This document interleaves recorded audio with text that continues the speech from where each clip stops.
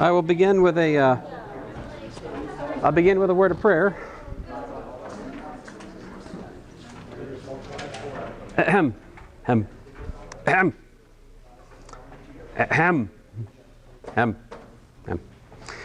Dear Father, we thank you for this day. I thank you again for these students. Just ask you to just bless our work today. Help us to understand a little bit more about your creation. Help us to ask good questions as we think of them, and just to learn what we can from this time, Lord. In your name I pray, Lord Jesus. Amen. All right, so we got this top hat stuff out of the way. Where is that? So I just wanted to spend a minute. This is kind of like, what's the word? Old news in some sense, but I figure it would be worth just talking about for a minute.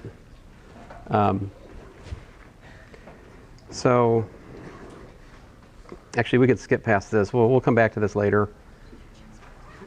What I was interested in wasn't this, but this right here. So just to talk a minute about the pendulum. Yeah. The pendulum and energy methods. And so it's relatively simple.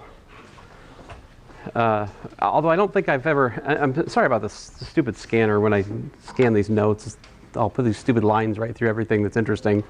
But what's going on here is I'm trying to describe the potential energy for the mass as a function of the angle. And so essentially the issue is, if the pendulum has length L, right, then you can figure out how high the pendulum is up off the plane in terms of the angle. See, because this triangle here, the adjacent side is L cosine theta, right? So this distance here, assuming that that the pendulum swings down, so it just barely barely brushes the ground there, right? So that has to be L minus L cosine theta right there. That's that distance. So that's your H. And so the formula for potential energy for a pendulum would be like this: mgl times 1 minus cosine theta. And if you wanted to, you could redefine the zero so that you just had minus mgl cosine theta as the formula for potential energy with a pendulum. So there might be a problem where that's helpful. All right, that's one thought. Another thought here. How would you set up potential energy for like a seesaw, right? I mean, we never talked about anything quite like this, so I just think it's worth a minute of our time. So if you wanted to set up the potential energy function for a seesaw, and you wanted to write it as a function of theta, then you're really trying to figure out a formula for H1 and for H2 in terms of the theta, right? So essentially by the same kind of trigonometry as the last one I talked about, H1 would be minus L1 sine theta, right? Because it's below, as I have theta pictured. And H2 would be L2 sine theta. So there's your H1, there's your H2, and this would be the formula for the potential energy of the seesaw here as a function of theta, right? So that could be an interesting thing to look at for certain things. Quick question. Yep. So in your formula there, the potential energy 1 is Yeah. negative. How can you have negative potential energy? Oh. I mean, we can have. Why not? Well, I mean, it's still above the ground. Still as part of the Oh, but I'm defining u equal to 0 right there. So what I'm saying is the definition. I mean, fair enough. So I'm defining potential energy to be 0 when the seesaw is exactly balanced. But how can you say that? Because both mass effects are above the ground. I'm just defining I'm basically defining h equal to 0 to be that. Okay. If you want. Where n equals 0? Oh yes, yes, we have this freedom, as long as we haven't already, through some other, part of the problem, already defined the potential to be a fixed value somewhere. If it's not fixed by something else, then we have the freedom to change it. this actually turns out to be a very interesting thing. The thing we're talking about right now is gauge freedom.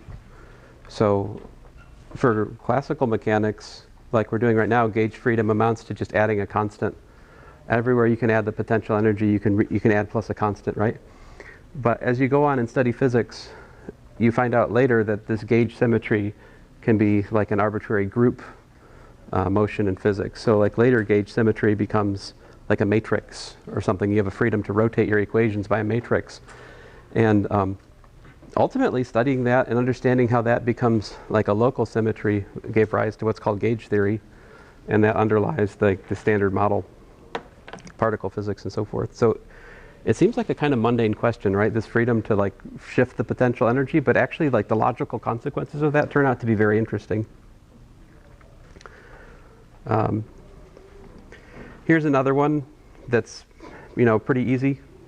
And so listen, like the, let's see here, trying to think. I think the homework you guys just turned in, a good bit of it you could solve with just kinematics, right? Like if you didn't wait for me, if you just did the problems, you probably did them in the style of like weeks 1 and 2. And that's fine, right? But I will post a solution where I try to use energy methods in as much as you can. And so you should look at that, right? But so this one here, this is the Atwood machine, right? And so to solve the Atwood machine with potential energy, it's easier in some sense because you just write down the potential energy for the system. The net potential energy is mg m1g y and plus m2g. I guess I've used y for this and h2 for that. And they're linked, right? If that string is not stretching, the y and the h, they're linked. In particular, h2 is L minus y in this setup. And so I get this formula for the potential energy of the system like this. And if I differentiate this with respect to y, it gives me that minus du dy is equal to m2 minus m1g.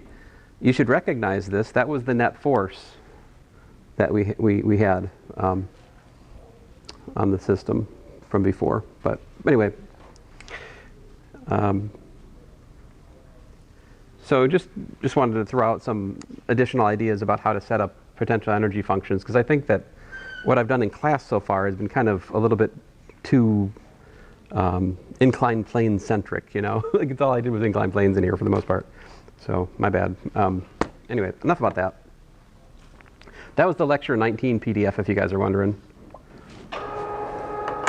All right, so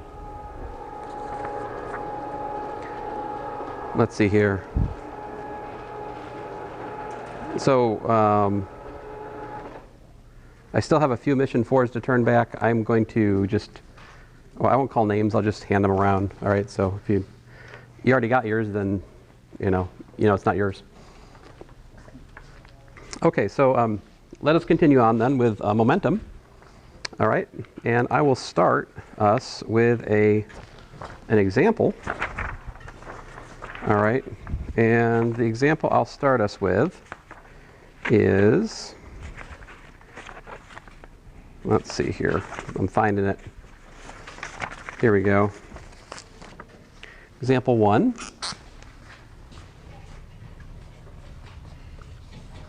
So here you go. You got two students. I say I'll follow my stupid story in the notes here. So this is from lecture 22. Two students on spring break in Canada are sitting on an ice pond in lawn chairs. I mean, of course, right? And one of them has an umbrella, and a strong wind sends student A into a collision course with student B. So supposing MA is 5 kilograms. Wow. These are small students. So I'm going to say MA equals to 5 kilograms. Maybe they're hobbits, right? Hobbit. Let's see. Hobbits on spring break in Canada. What's a hobbit weigh? 5 kilograms? That's still kind of sparse, isn't it? Baby hobbit. What's that? A baby hobbit. All right. So let me draw a picture here. So let me draw the before and the after. So before the collision, what I want us to think about is we've got a mass. It has, let's say, VA1 like this. All right. And then then you got another mass. So this is A, and this is B over here. And so you have VA1, you're given, and we're going to make the direction which the wind is blowing, pushing, if you will, VA1 here, just the right direction. So we're going to say that VA1 vector is given to be 2 meters per second, comma 0, or if you like the other notation, 2 meters per second times I hat or X hat, if you, whatever, okay? So that's the initial velocity of mass A. Now mass A is 5 kilograms and mass B is what? 3 kilograms. These are very tiny students.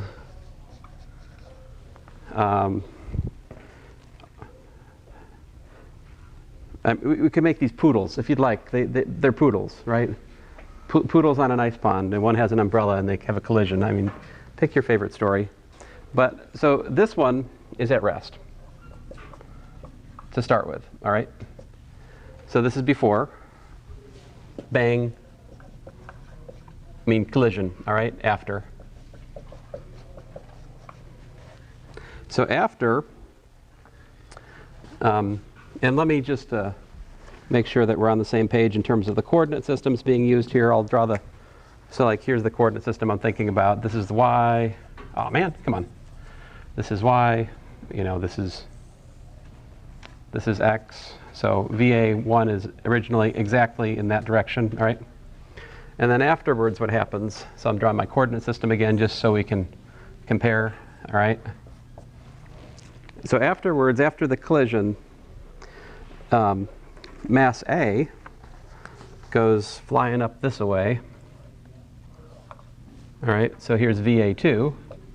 And you measure that that's 1 meter per second, all right? And the angle that this is up from the x-axis is 30 degrees, right? So 30 degrees north to east, if you like.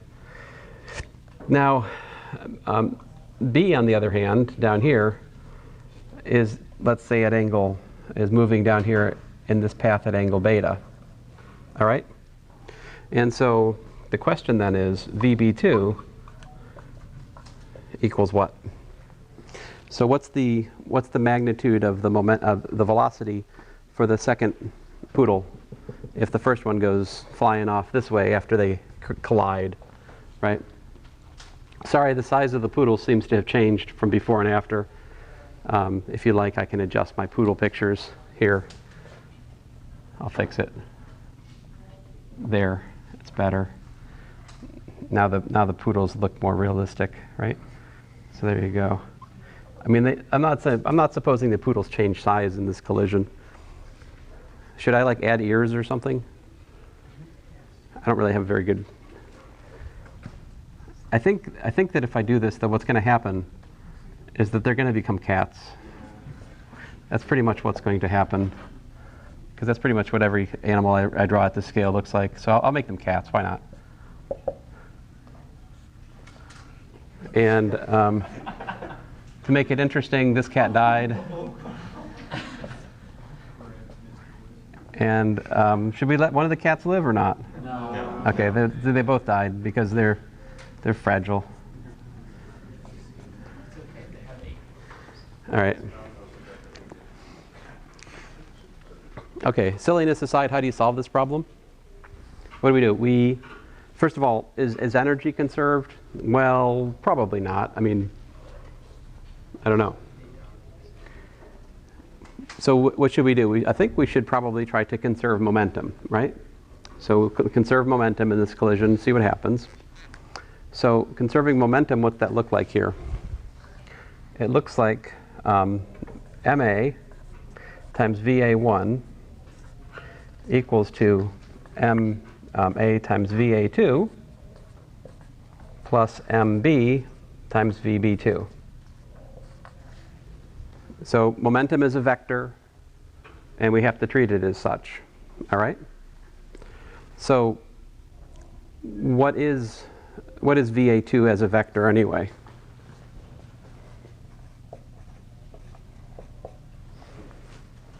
It's what? It's VA2 cosine 30, right? VA2 sine 30, yeah?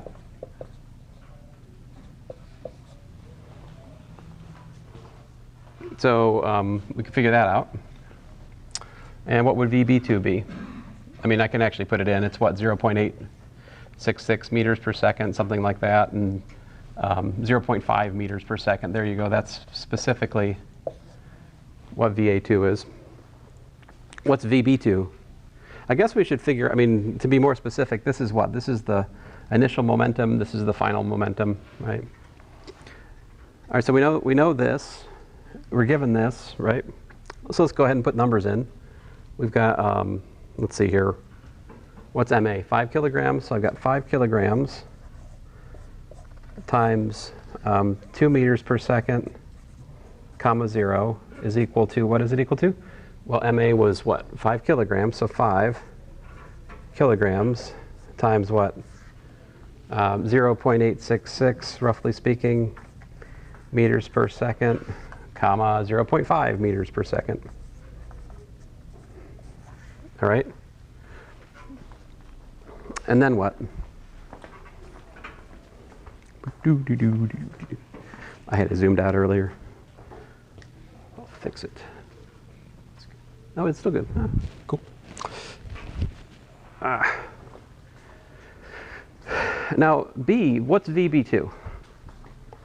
Notice that VB2, let me write it here. I use red for this one. Think about the trigonometry there, right? How is VB2 related to the angle? It's, well, there's two things to figure out, right? Because it's VB2 cosine beta, right? And VB2 sine beta. Now, is that right? It should be negative. Which one should be negative? The y one, yeah, right here. Okay, so that gives us plus 3 kilograms, because that's the mass of cat number 2. And then you got VB2 cosine beta, comma, minus VB2 sine beta. So how do we solve this?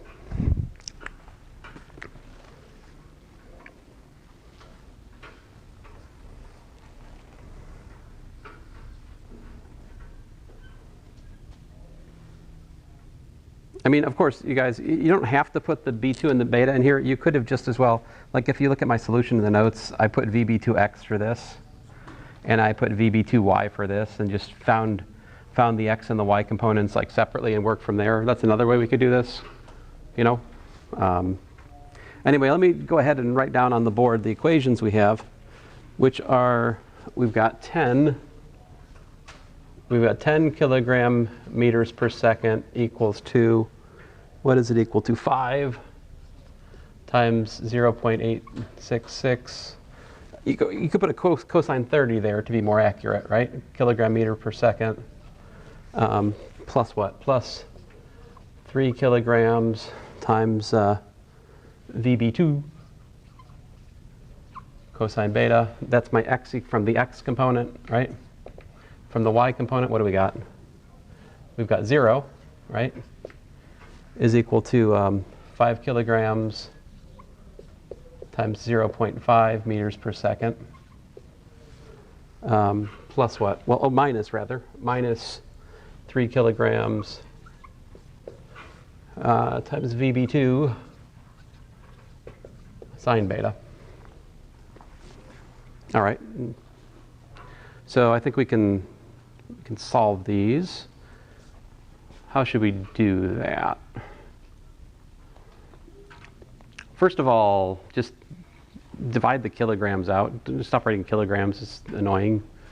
So let's see here. This gives me VB2 equals to what? VB2 is equal to 2.5 divided by 3 sine beta. All right. And I guess probably I need a meters per second on that if I'm working with my units. I don't know. I go back and forth on this, guys. We could do the calculation without units and then put the units in at the end, you know. But since I started writing the units, I'm going to keep writing them. So great, but that doesn't tell us what it is because we don't know beta, right? So what can I do? I just solved the second equation for VB2. Now I can take that, right? And I can plug it into the first equation. What happens then? Let's see here. So I've got 10 minus 5 times 0.866, whatever that is equal to 3 cosine beta times VB2, which is what? Apparently 2.5 over 3 sine beta. And then, let's see here, like that. And I just divided the meters per second off both sides because they're annoying. And then I need to find my calculator.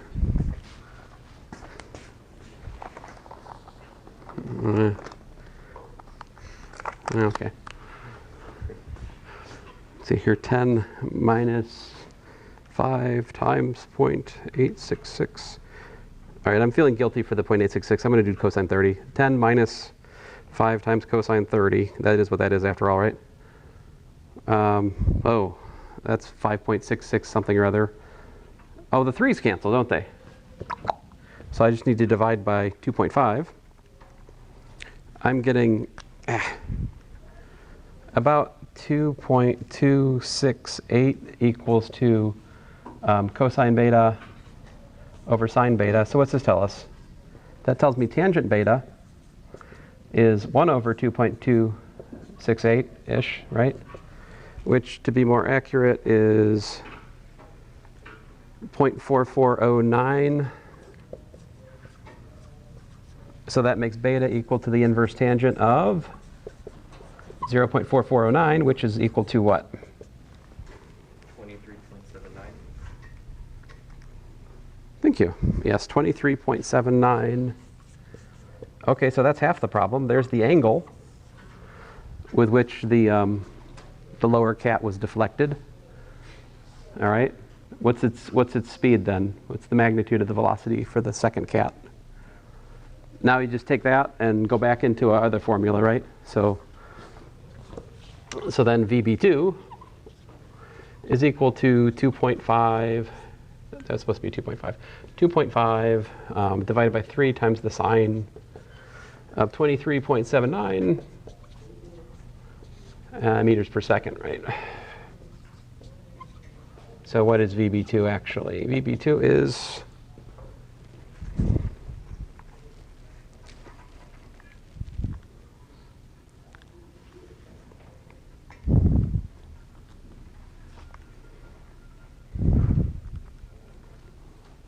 so what'd you guys get?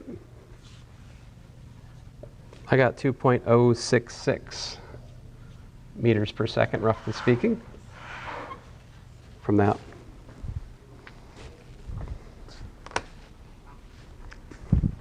So does this make sense? Yep.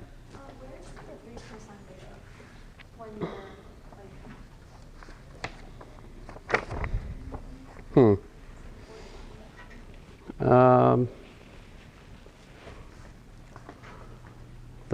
Where did I get the 3? Where did this come from? Yeah. So what I was doing to retrace my steps there is solving the top equation. Basically, what I did was I took this term right here and I subtracted it to the other side. That gave me all this. And then this 3 is this 3. This cosine beta is this cosine beta. And what's left over is VB2, which is exactly this.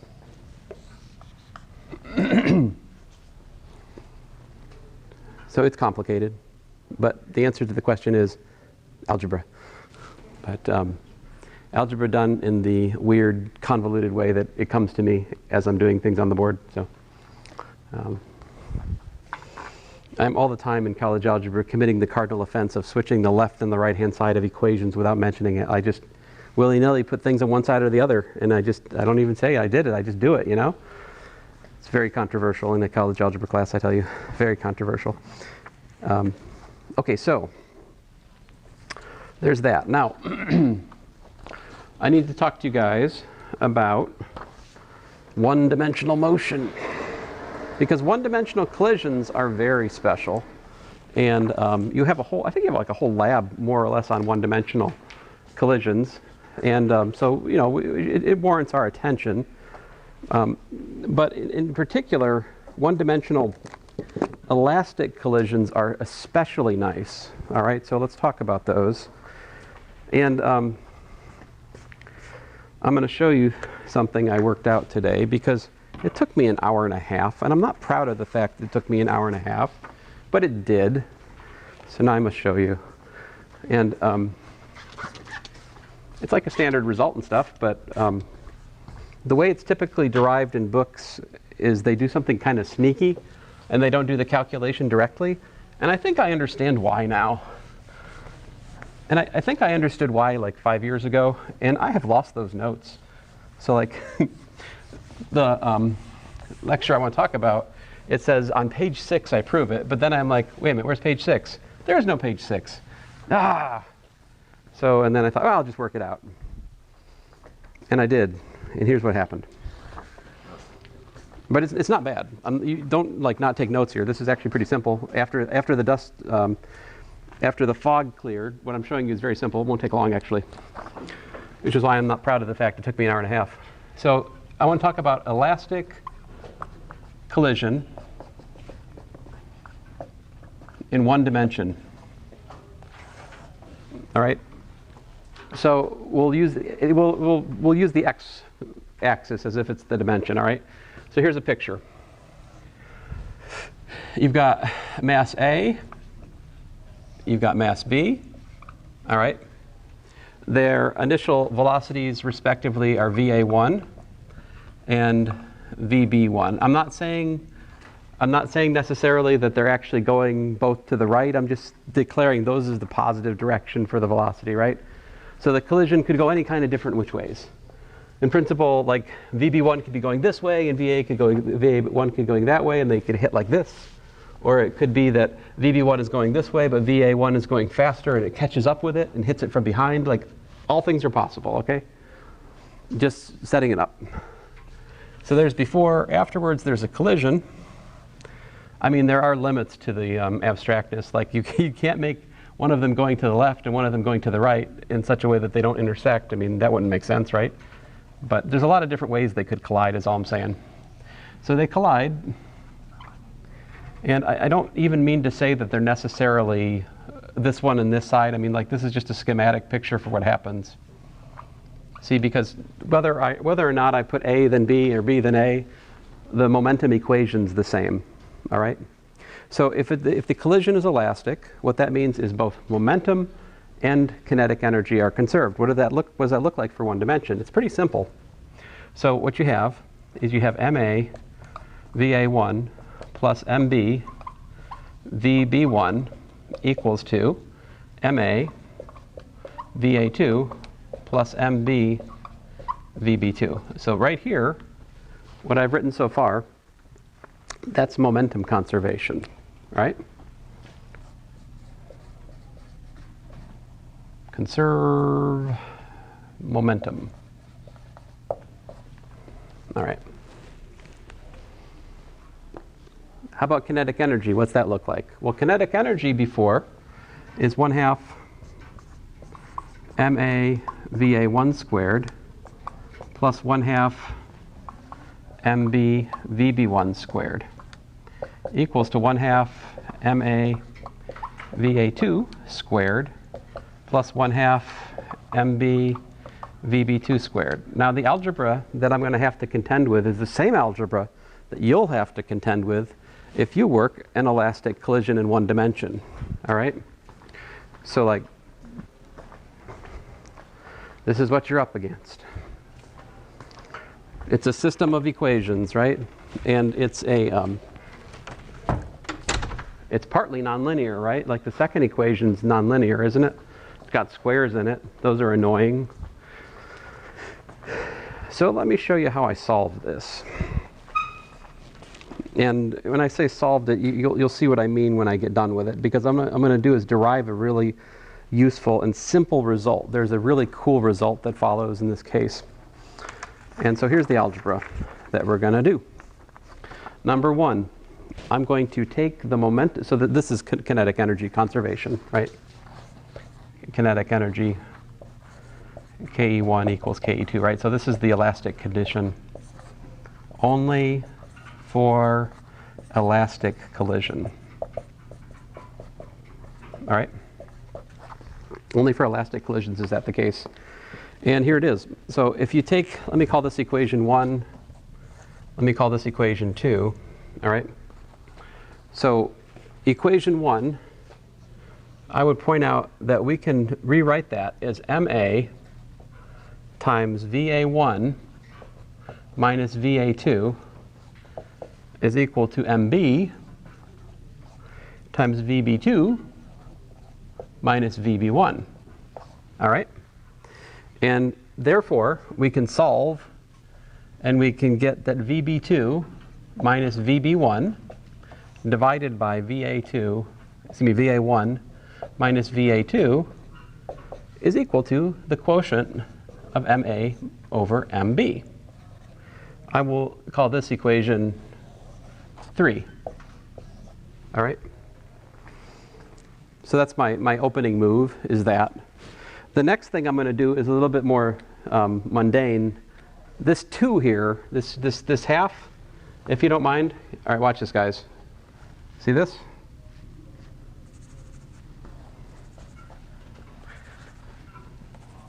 There we go. Better. See, that's gone. And then this we're going to rewrite a little bit differently. We're going to put the our A's and our B's together, kind of. So what I'm going to do is I'm going to factor MA out, and I'm going to write VA1 squared minus VA2 squared is equal to MB times VB2 squared minus VB1 squared. All right? Then what should I do? Any ideas?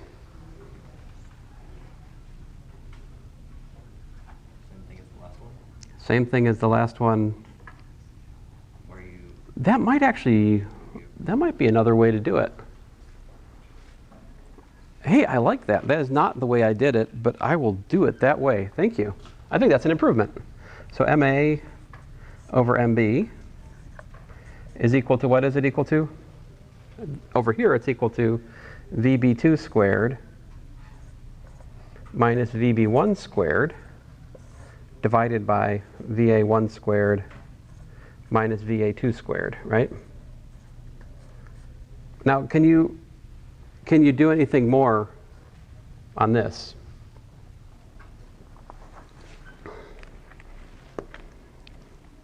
Yep. Oh, we could hold off on that for a second, though. What can I do before I do that? How does this simply? Yeah. Difference of squares, right? Very good. So that's VB2 minus VB1, right? Times VB2 plus VB1, right? So difference of squares upstairs, difference of squares downstairs. And that's going to be super nice when we do what Sam just told me to do, which is to, equate this with our equation 3, right? Because what happens then is something kind of pretty. So I'll make that equality here.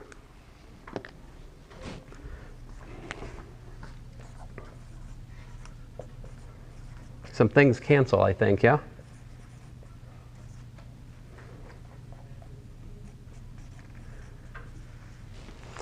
So take a step back and look at it. What do we have here? Anything cancel out?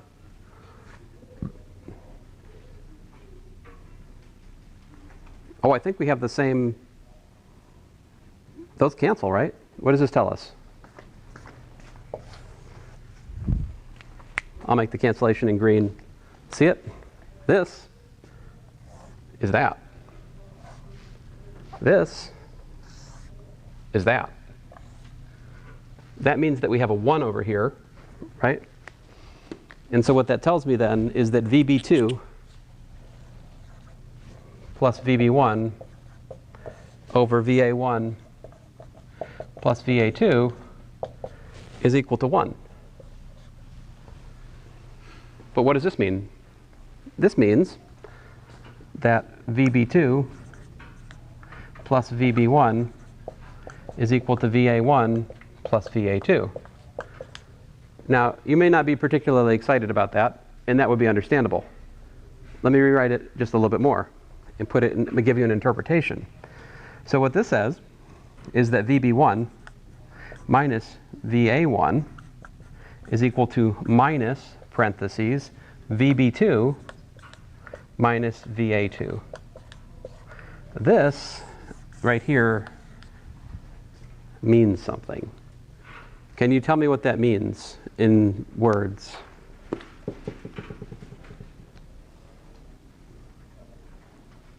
So what is the difference?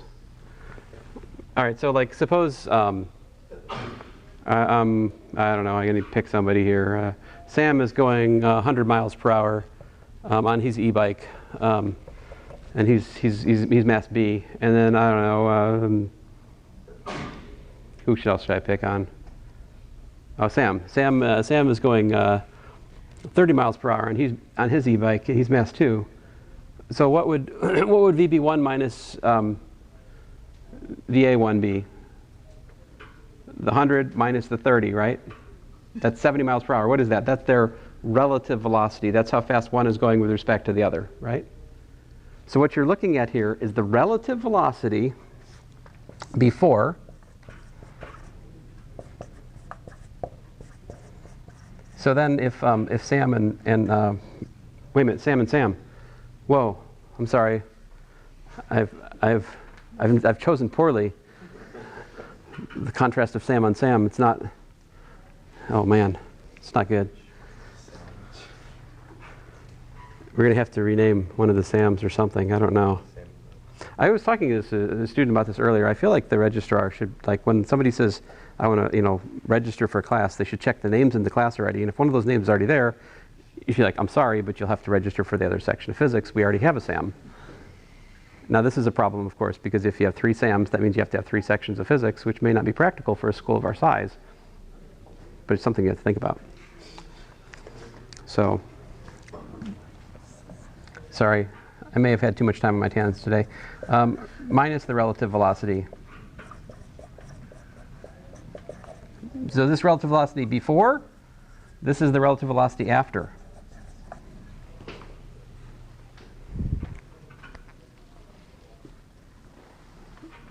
And this is what we call a theorem. All right, in one-dimensional motion, if you have an elastic collision, the relative velocity before is equal to minus the relative velocity after.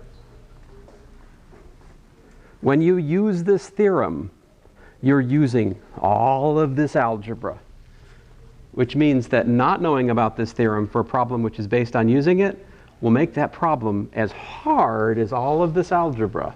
So this is something you need to understand and apply for such problems. Otherwise, oh, it's bad. Now, admittedly, for actual problems, a lot of times, like one of the masses is at rest beforehand, so the algebra actually gets more simple when you try to work it out for a specific example, right? And then what the book usually does is it goes to a particular frame of reference to do this calculation. What the book will do is it'll say, well, without loss of generality, we can go to the frame of reference where mass B is at rest. And they're not wrong. Like you could choose another frame of reference. When you're doing a collision problem, you could choose the frame of reference where B is motionless. And then you could analyze physics from that frame of reference and then translate back the results. Like this is something you could do, but I thought it would be healthy to just do the algebra. And again, he was like, well, that shouldn't have taken you an hour and a half, but that's because I didn't do it this way. I tried other things and they went badly. So anyway, example 3, how about this? You've got, m equal to 5 kilograms, right, rest. And you've got 10 kilograms. So here's your A, here's your B, right? And B is at rest, A is initially at 10 meters per second. Okay? So my question is, if these collide elastically, what happens? Describe the motion afterwards if the collision is elastic. Can we do this? Is there enough information?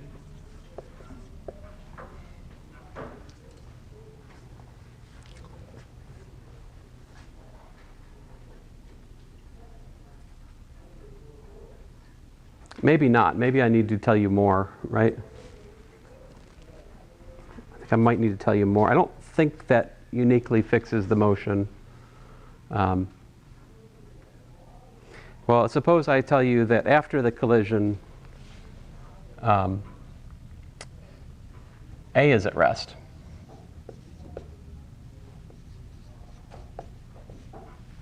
Afterwards, right?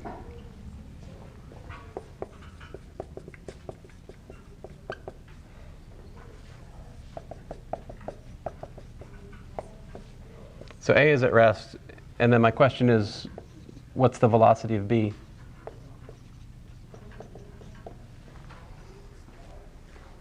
How do you solve this problem?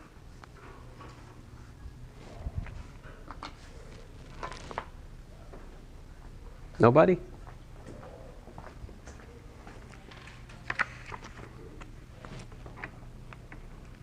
Somebody? Yeah. Right, yeah, I think we should just use what we just worked out, right? So since it's an elastic collision, we can do VB1 minus VA1, right, is equal to minus VB2 minus VA2. What were we given here? Well, we were given that VB1 was 0, VA1 was what? Minus 10 meters per second, right? And that's equal to minus what?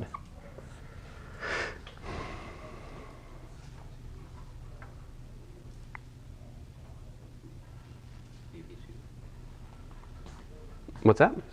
Oh, just VB2? Yeah. And so we find the very, very unsurprising result, which probably you could have done without my theorem, right?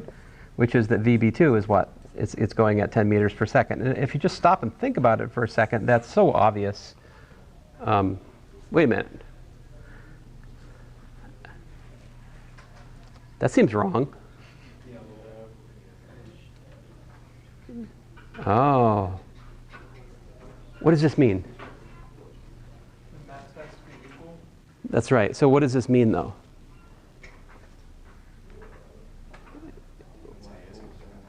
What does this mean about my example?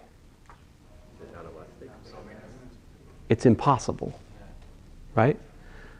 I've described something physically impossible. You can't have a 10 kilogram mass collide elastically with a 5 kilogram mass in such a way that the 10 kilogram mass just sits there motionless afterwards. You can't do it. It violates conservation of momentum. So what do I have to say? I can't put, so this is impossible, right? So that makes actually a very challenging test question, right? Here's a physical system. Is it possible? Right? So no, it's impossible for that to happen. So how could we make this problem possible? How about this? Afterwards, we put A, and we give it VA2 equal to, oh, I don't know, 3 meters per second. All right? What if we say that the velocity of A is 3 meters per second? Then my question again is, how about B? What's VB2 in this situation? So, but physically unreasonable. Why is it physically impossible? Because momentum before is not equal to momentum after, right? Before I had 100 kilogram meters per second, and after, in my first situation, I had only a mere 50 kilogram meters per second. Where did the other go? All right? Momentum has to be conserved in a collision. right? Okay, so then what? How about over here? Well, now I think we have the flexibility we need to make it make sense. So here we have VB1 minus VA1 rather, is equal to minus VB2 rather, minus VA2, which how's that work out for this one? So again, minus 10 meters per second. And let's see here, we don't know what VB2 is, but we got minus VB2, and then plus 3 meters per second, right?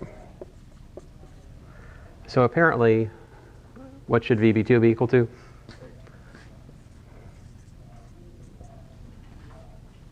It should be what? 13 meters per second.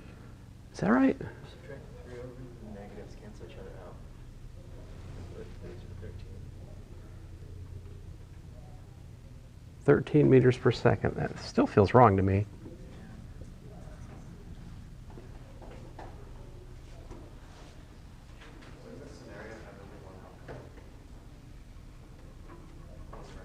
Isn't that situation also impossible because that would imply that the resultant velocity of B is greater than the initial velocity of A? Well, it has a smaller mass, so that's not inconceivable. I mean, we could check if this is reasonable or not. It's easy enough to do. 3 kilograms, right? Excuse me, 10 kilograms times what? Times 3 meters per second. Plus what? 5 kilograms. See, I still think it's wrong. What was I doing? 13 meters per second. So yeah, it still doesn't work out to, I should get back to 100 kilogram meters per second if I did it right. Yeah. Yeah, I think there's only one possible. See, in other words, I have to work this out beforehand. I can't just make it up and hope to get lucky and give VA a reasonable velocity. So actually, there's only one possible velocity that I can give VA afterwards if I'm starting with 10 meters per second. Can you guys tell me what that is?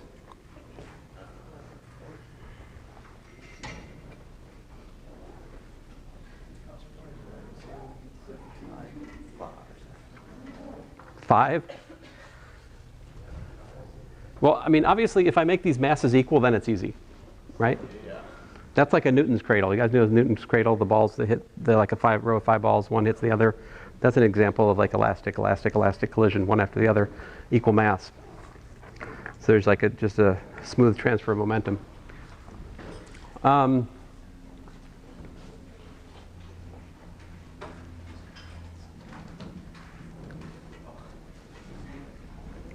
I could solve it, but it would take me about 3 minutes of algebra, which we don't have time for. So anyway, we'll stop there for today. Thanks, guys.